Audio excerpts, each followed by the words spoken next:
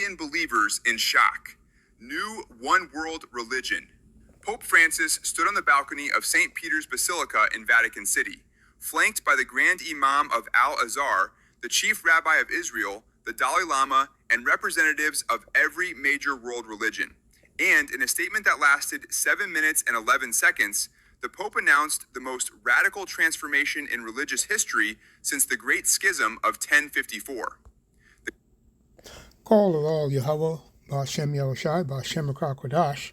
This is Malak Magania from GMS Toronto 2, giving all praises, honor, and glory to Yahweh Ba'Shem Yahushai. I want to say also double honors to the apostles and elders who rule and teach well in spirit and in truth, and to the men and women who cry and sigh for the abominations that are being done within and without.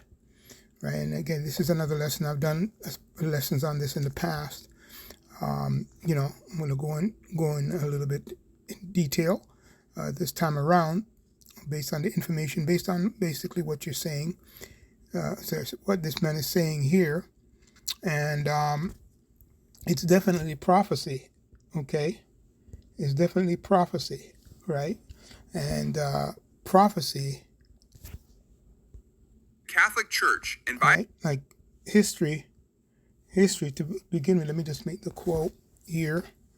Okay, history is prophecy when it happened, and history repeats. So I'm going to begin with basically what you just heard there. I'm going to go to the book of Genesis, right, real quick. Like I said, I'm not going to take too long with this lesson, but we'll see what the Spirit says, He gave me a lot of scriptures to go through, but I might not need to go through them. But anyway, let's see what happens. So universal language, babal, confusion, right? And you heard it there. Extension, all of Christianity. You heard it, basically. Okay? I don't have to tell you too much, but you heard what the man said there, right? And this is Pope Francis. So Pope Francis, the Most High has already removed him, put a new pope in. Okay? This article was sent to me, and I said, let me do a lesson on it, even although it's old news. But you can go back to the Pope Francis. Okay, you have that new pope that's in the American Pope. Okay, all right. So anyway, let's get to the point, because it's universal language, one world religion, right? And I'm going to touch on the religious aspect, and this touch on the Christianity will merge with Islam, Judaism. You see, the geopolitical aspect of it, right? But I want to stay in the scriptures, so let's go there real quick. Genesis 11. I'm gonna just get to the point, but I'm just gonna give you a little bit of context, because I did mention history repeats, right? History repeats.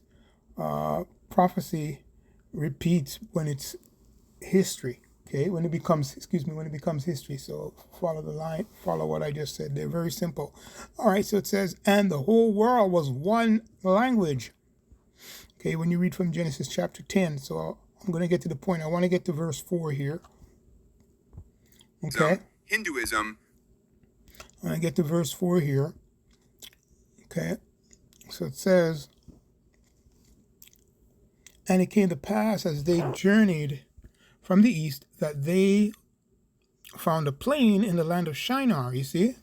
Okay, Babylon, that's the old name, old city for Babylon, in literal Babylon, and they dwelt there. Verse 4, and they said one to another, go to let us make brick and burn them thoroughly. And they had brick for stone and slime, and they had for stone, and slime had they for mortar. Okay, and here's the point. And they said, go to let us build us a city, you see, and a tower whose top may reach unto heaven, Okay?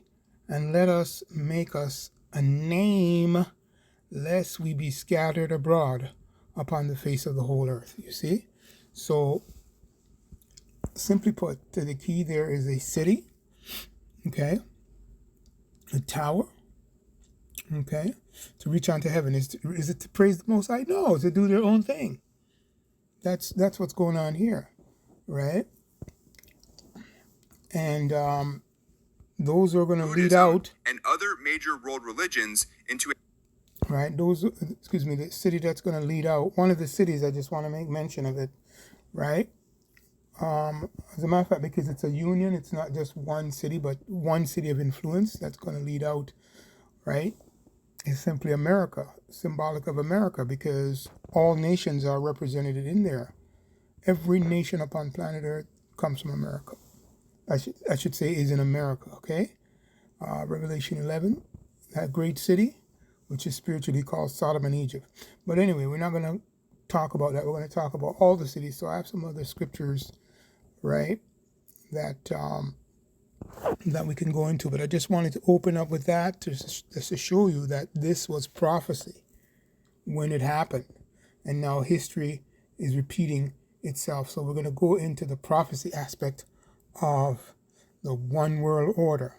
Okay, I have a few scriptures here. Okay, and